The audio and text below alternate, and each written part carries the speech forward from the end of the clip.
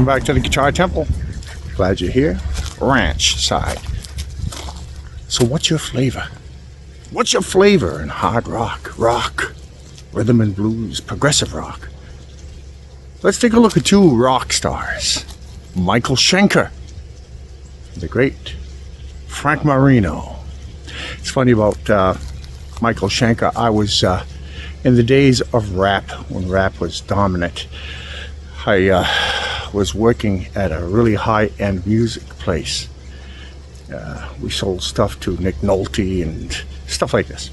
So anyway, I'm standing there, and guy pulls up on a motorcycle.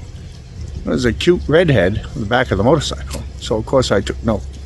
I said, well, hello there. Anyway, she got off the motorcycle. She came in first, and guy right after her came in, older guy, and started coming towards me. And then she asked me where the latrine was, and I said, down there. And so she went down there. And I looked at the guy. I said, geez. I said, you know who you look like? Huh? Who? You look like Michael Schenker. Yes, I am his brother. Yeah, right. I said, just like that. Yeah, right. Yes. Yes, he is my brother. And I just looked at him blank. And then he says, yes, I am Rudolph Schenker. He took his wallet out. I shit you not. Took his wallet out, opened it up, and showed me his driver's license. And I said, oh, I says, Rudolph Schenker. I says, of course, I should have known. Oh, my God. He said, no, it's okay. He says, I love my brother. That's changed. But I guess his sister's pretty ticked off, too. Michael Schenker's sister and Rudolph Schenker's sister. Their sisters, they thought that Rudolph was getting grabby with the money. So, and anyways, it's Michael Schenker, pretty much. It put him on the map. In my opinion, no doubt about it. It wasn't Rudolph Schenker. It was Michael Schenker that it was the hit maker. Let's face it. So anyways, that's what one of the stories was. And then Frank Marino. I used to listen to him. Now, he's a guitarist from the 60s, 60s into the 70s. Don't mind the ducks. They're surrounding me. There's about 30 of them surrounding me right now. Beautiful, though. But they can get loud sometimes. Yeah, Frank Marino, and then into the 70s, and he's come back and he's done quite a few concerts. He's just stopped recently. He's not touring ever again. He's all finished now, medical reasons. But yeah, that's the story with Michael Schenker. Who do you like better? Not better than, not greater than, different than, right? But you'd be surprised how good some of these guitar players from the late 60s were. They're not jazz guitarists. I'm talking about hard rock guitar players. Let's take a look today for fun. Who do you vote for your flavor? Who's your flavor? Say, Frank Marino for me in this setting, in this situation. Or Michael Schenker. I was a big Michael Schenker fan. MSG Group was fantastic. It was. But Frank Marino was no slob. So let's take a listen to this video. I hope you like it. And comment below. Let me know who you choose. And don't forget to like and subscribe. Press the share button. I do appreciate that. You have been doing that. Press the thumbs up button, okay? In fact, do it right now, if you would. Let's go take a look at Michael Schenker and Frank Marino.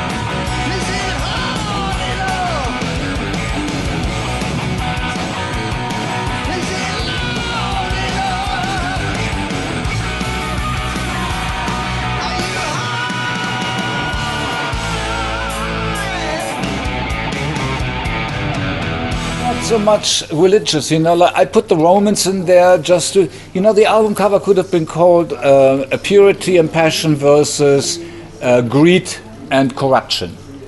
That is a one picture says all. But I put the Romans in there because Caesar was a corrupted, greedy person, right?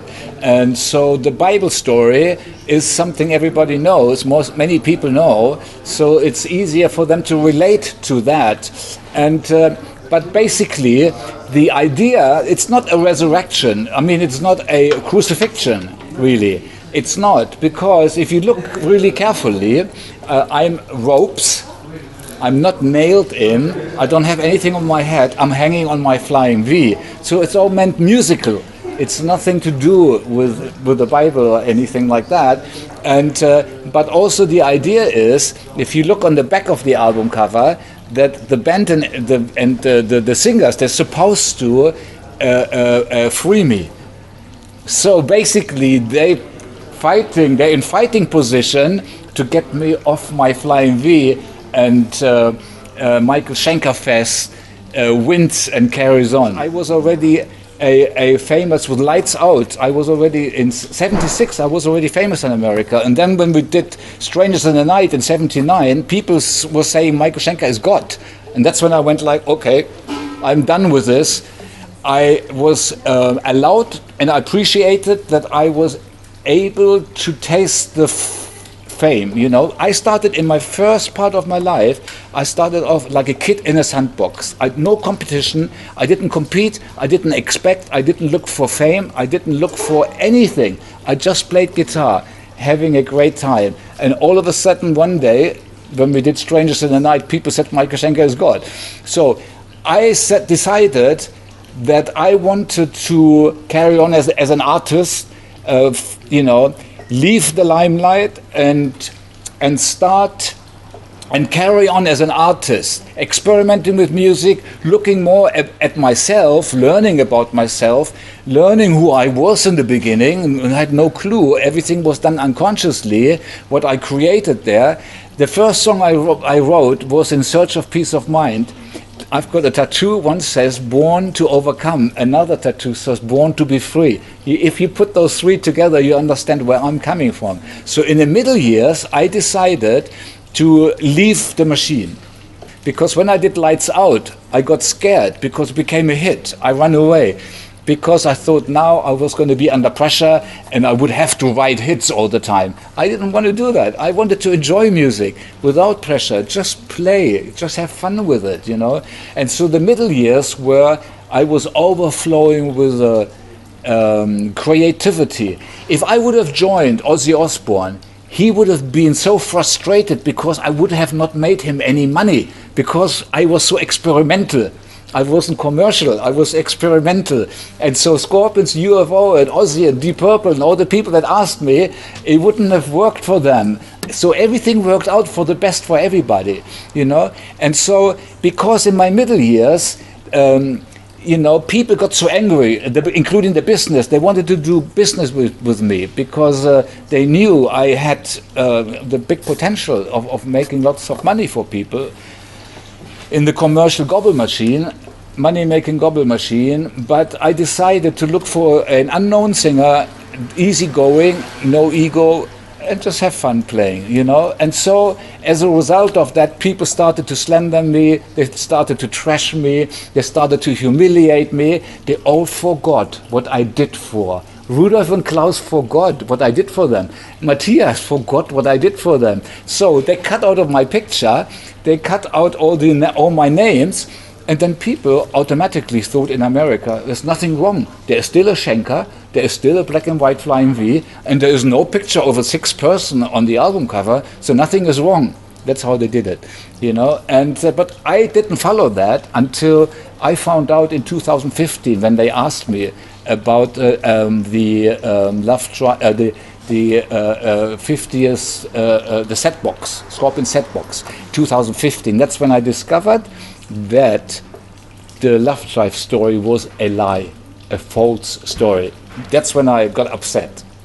That's when I said to myself, no, I'm not going to do anything with you guys. This is wrong. And that is when I opened a tin of worms and I discovered so many things, because when I left the Scorpions, I never looked back. I only looked forward. So if the Scorpions wouldn't have asked me to help them with the 2015 Scorpion set box, I would have never discovered anything. So because of that, and also my sister started to open the can of worms by sending me an email saying Rudolf is a greedy wanker. And I couldn't understand. What? What are you saying here? So that already concerned me. That comes from my sister? But then when I saw the false love drive story and I started to go back in time, I discovered so many things. You wouldn't believe it. I don't purport to be contributing anything to the music industry. I don't want to contribute anything to the music industry. I don't believe in the music industry. I think it's been a sham for a long, long time. It's been selling stuff to people for too long that's not really what people think they're buying.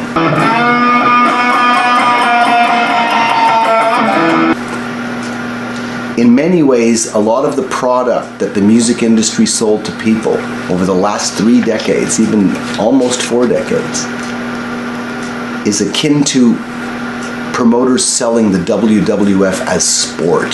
The music industry, I think, got to this point where it said, gee, we just need to make money, and we need new ways to make money, so they invented this and they invented that. For too long, they were selling product for $17, $18, $19, $20, sometimes having one good song on it. And I can tell you, as a person inside, the artist never made more than $2.50. A bunch of 14-year-old kids figured out how to take down the music industry. And they did. Something that would have been completely impossible years ago. They figured out through the internet how to completely take down the music industry. How many record companies are left? We got few companies left. They're suing fans, which is ridiculous.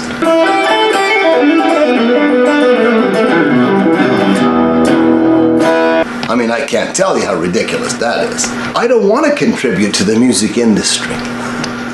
I personally would like to see the music industry not there.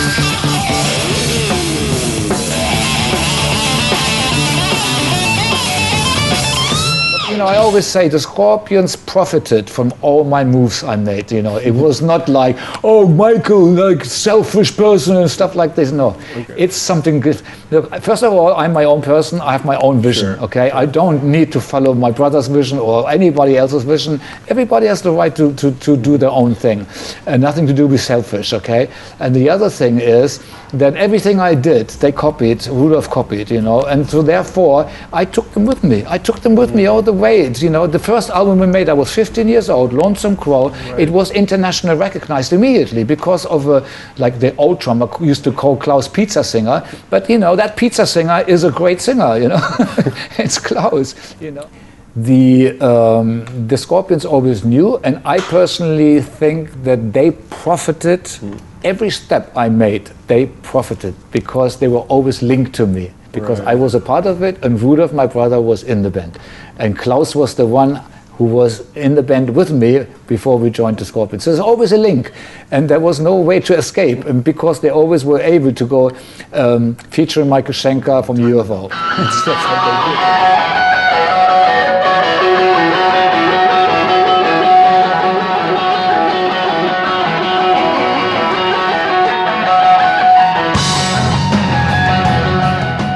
Didn't really do a record that we thought would ever come out. You know, I just did that for fun, like a record I would like. Actually, it was an album for us. I mean, I really, really didn't think it would ever come out. That's why the songs are 15 minutes. I mean, it was like, let's do an album that I really like, you know. I like to think of it as the album I wanted to do when I was 16 years old, but didn't know how to do it. This really is my favorite record.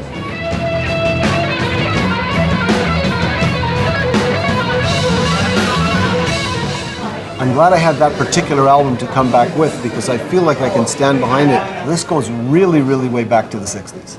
I mean, when I said that I was going to do a record that I liked, I just drew on my own experience from 67, you know, till 70.